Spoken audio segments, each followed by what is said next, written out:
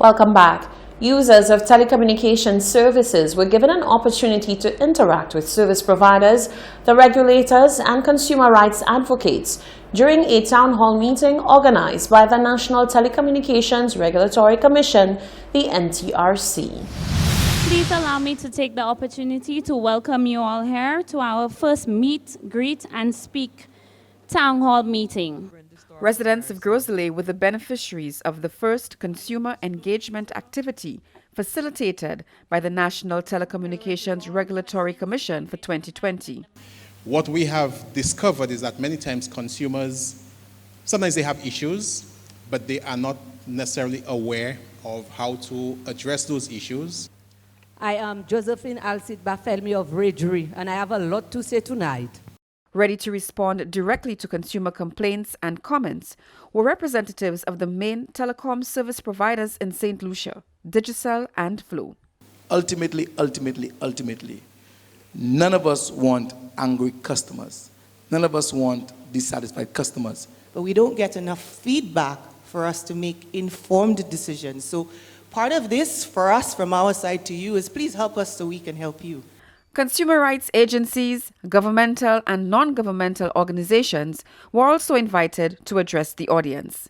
Tonight, I am here basically to tell you about your rights as consumers. Today we have a solution and we are on the cusp of a revolution. It's called the Consumer Protection Act. The NTRC's Meet, Greet and Speak Grosley Town Hall gave the audience multiple opportunities to engage the decision makers at Flow, Digicel and the consumer rights agencies. Do you laugh at us sometimes when you offer us your bundling packages? If you want one service and they say you can't have one service, you have to have 4 at once, that now is illegal. You cannot do that. You can choose what you want to have. I have internet, which drops most of the time. I have cable, which I only really watch one channel. Every Monday, and recently on a Tuesday, my internet speed drops by half. There was very good advocacy on the customer side, which is what we really wanted to do, provide information for customers, for consumers, so that they know what their options are. We were keen to understand from our perspective and from our consumers' perspective how we can improve our service. So we welcome that initiative, and tonight was a success. It was useful, and I think that it should be something that probably is done maybe once a quarter or twice a year. The NTRC intends to take its Meet, Greet and Speak town hall meetings throughout the island with the hope that St. Lucians will be empowered and more aware of their rights as consumers, and that service providers will be better informed of the experiences and expectations of their customers.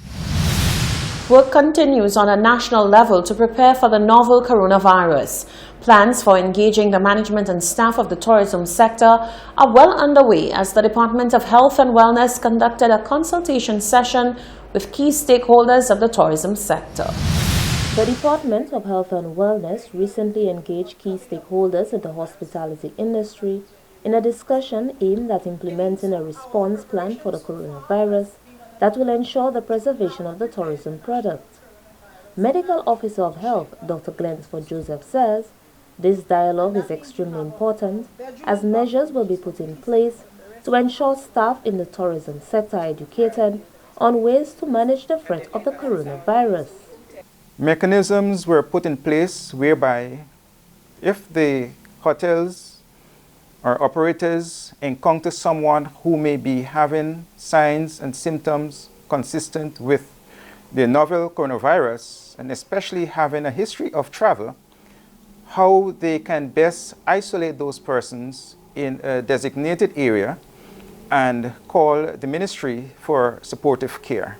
Permanent Secretary in the Ministry of Tourism, Donalyn Vite, says her ministry remains committed to working with the Department of Health to ensure all procedures at the air and seaports are followed in order to prevent the spread of the coronavirus. Well, within the industry, we have accommodation properties, we have sites and attractions, we have the transportation sector with taxi drivers, we have the marine base businesses. So we're really looking at those persons who are essential to driving the businesses, whether it be on the management level or the operational level. But essentially, our hope is to work with all those who are essential to any business or any site and attraction, any tourism enterprise, who would be responsible for carrying out and surveillance to further assist the authorities, the health department, the security department, so that they can be charged with the information to act. Chief Executive Officer of the St. Lucia Hospitality and Tourism Association, Norani Aziz, spoke on the importance of educating stakeholders within the tourism sector on how to mitigate the spread of the coronavirus. We are comfortable that we have set up a decent plan of engagement that will include general meeting and information sharing, training of trainers who will hopefully roll out to provide more on-site engagement and development of our team members, and also to look at the various pieces of communication literature that we can use to strengthen and enhance the transfer of those competencies. The Department of Health and Wellness remains committed to continue dialogue with stakeholders in the tourism sector, including Ministry of Tourism, the St. Lucia Hospitality and Tourism Association, and the St. Lucia Tourism Authority. Reporting from the Communications Unit of the Ministry of Health and Wellness, I am Fennel Neptune. Infrastructural planning on the island will now have an increased focus on evidence-based decision-making thanks to a pioneering software called NISMOD, the National Infrastructural Systems Model. This infrastructural planning tool is a result of technical assistance from the University of Oxford and the United Nations Office for Project Services. Glenn Simon tells us more. The National Integrated Planning and Program Unit, NIP, in the Department of Finance has partnered with the University of Oxford and the United Nations Office for Project Services, UNOPS, in the development of infrastructural planning tools aimed at strengthening evidence-based decision-making for the island's infrastructural development. During a training workshop to orient stakeholders to the innovative software, NIP's Director Howard Wells noted that the unveiling represented a culmination of over 2 years of intense planning and research. He noted that one of the direct benefits is the breaking down of silos, which will lead to increased information sharing to significantly improve infrastructural planning for St. Lucia. Essentially, those tools would now help us to best do analysis. Where are we right now in terms of our infrastructure, in terms of our planning? And again, as was stated before, it's evidence-based. So we're using evidence that exists in several areas, right? But compiling those, using the software, and to help us in making sound decisions that would help, for instance, in our budgetary planning in the future. Like many other developing countries, St. Lucia is confronted by economic, demographic and climate change challenges which must be navigated. Researcher with the University of Oxford, Daniel Adshead, stated that the university has put together a number of tools which can help government plan for adaptable, resilient infrastructure. The tool that we've developed is called NISMOD, the National Infrastructure Systems Model, and it's an interdependent tool. So it brings together data from a number of sectors: electricity, water, wastewater, solid waste, and it allows users then to decide how much of each of these types of infrastructures will be required on the island of St. Lucia in the future, and what kind of investments or policies or projects can be built or implemented to meet these needs in the future. Lena Fuldawa, researcher with the Oxford team, spearheaded the adaptation planning component of the National Infrastructure Assessment. This involved understanding the exposure of the national infrastructure to many different hazards. So we looked at a 1 meter sea level rise scenario, a 4 meter storm surge scenario, as well as flash flooding and landslides to understand where to spend adaptation resources across different sectors. She added that St. Lucia stands to significantly benefit from the information generated through the modeling software by applying to global climate funders such as the Green Climate Fund and spending those resources on adapting to the impact of climate change. For the National Competitiveness and Productivity Council, Glenn Simon reporting. The Department of the Public Service will be embarking on a number of initiatives aimed at enhancing security and improving the aesthetics of the Graham Louise Administrative Building compound. Julita Peter tells us more. Phase 1 of the project entails the installation of a fence around the perimeter of the ground. The project got underway on Monday, February 3rd. Brian Samuel is the Director of Security at the Graham Louise Administrative Building. The objective of the project is to enhance security and safety at the Graham Louise Administrative Building.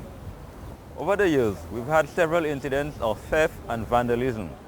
The fencing is expected to help curb those incidents.